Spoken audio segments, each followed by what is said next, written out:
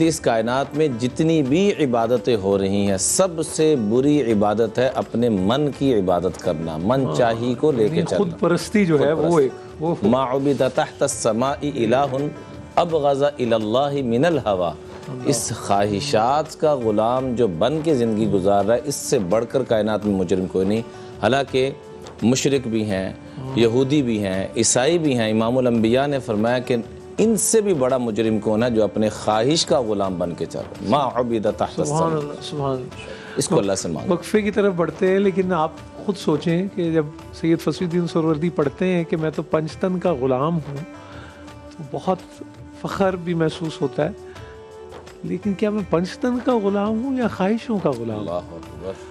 یہ دیکھنا پڑے گا۔ پھر ظاہری بات ندامت آتی ہے، اور ایسے اوقات یاد بھی آتے ہیں۔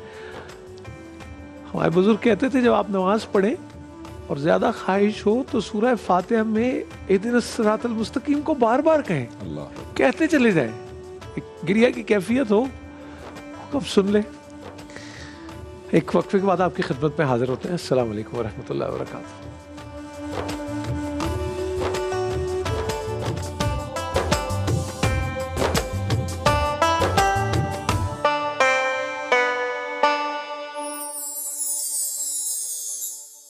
السلام علیکم خواتین و حضرات، آپ ملاحظہ کر رہے ہیں سحری کا سماں، اور ہم آپ کی خدمت میں حاضر ہیں، اور بات راستے کی ہو رہی ہے، صراط مستقیم کی ہو رہی ہے، توفیق کی ہو رہی ہے۔ میرے بھانجے نور العین، تو وہ ایک روز گاڑی میں سفر وہ ڈرائیو کر رہے تھے، تو میں نے ڈوڈو ان کو بلاتے، میں نے کہا یار یہ ادھر سے نہ چلو، سیدھے رستے سے چلو، شارٹ کٹ وہ اسپیڈ بریکر آتے ہیں۔ تو اس نے کہا وہ ابا جی کہا کرتے تھے کہ رستہ سیدھا است گرچہ دور است، تو وہ کرو۔ تو آپ نے تو وہ بات، میں نے کہا نہیں یہ میں نے نہیں، تم نے، انہوں نے کہی۔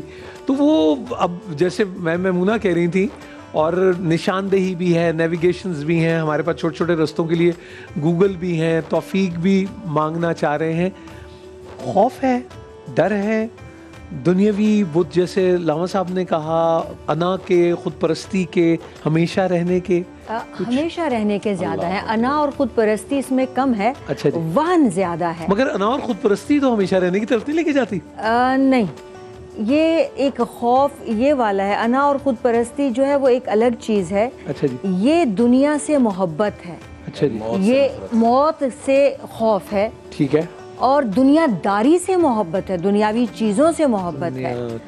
یعنی آپ چاہتے نہیں ہیں کہ یہ چھن جائے، اس میں کوئی کمی آ جائے۔ ٹھیک ہے، انا اور چیز ہے، خود پرستی اور چیز ہے، وہ بعد میں آئے گی، وہ بالکل سائیڈ پہ کر دیں۔ ٹھیک ہے، یہ جو ہے نا، یہ وہ وہن ہے جس کے بارے میں آپ صلی اللہ علیہ وآلہ وسلم نے سیدنا ثوبان رضی اللہ تعالیٰ عنہ سے فرمایا تھا کہ مجھے خوف ہے کہ میری امت پر وہ وقت نہ آ جائے کہ یہ ایسے ہو جائیں جیسے بھوکے دسترخوانوں پہ ٹوٹ پڑتے ہیں، ان پر غیر قومی یوں ٹوٹ پڑیں۔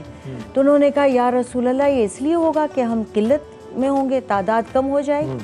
آپ نے فرمایا نہیں، تعداد خوب ہوگی، بہت زیادہ ہوگی، لیکن تم لوگوں کے دلوں میں وہن ہو جائے گا۔ تو انہیں بھی پتہ نہیں تھا وہن کیا ہوتا ہے، کہنے لگے یا رسول اللہ وہن کیا ہوتا ہے؟ تو آپ نے فرمایا جہاد سے بیزاری، ٹھیک ہے، دنیا کی زندگی سے محبت، مال و دولت سے مادہ پرستی آ جائے، مادہ پرستی، یہ اصل میں وہ ہے، میٹیریلسٹک اپروچ ہے۔ میں آپ سے ٹکر کیوں لوں؟ کیونکہ میرے دل میں یہ ہے کہ آپ کہیں نہ کہیں ون وے اور دی ادر اتنے سورسفل ہیں کہ آپ میرا رزق چھین لیں گے، مجھے مار ڈالیں گے، مجھے نقصان پہنچائیں گے۔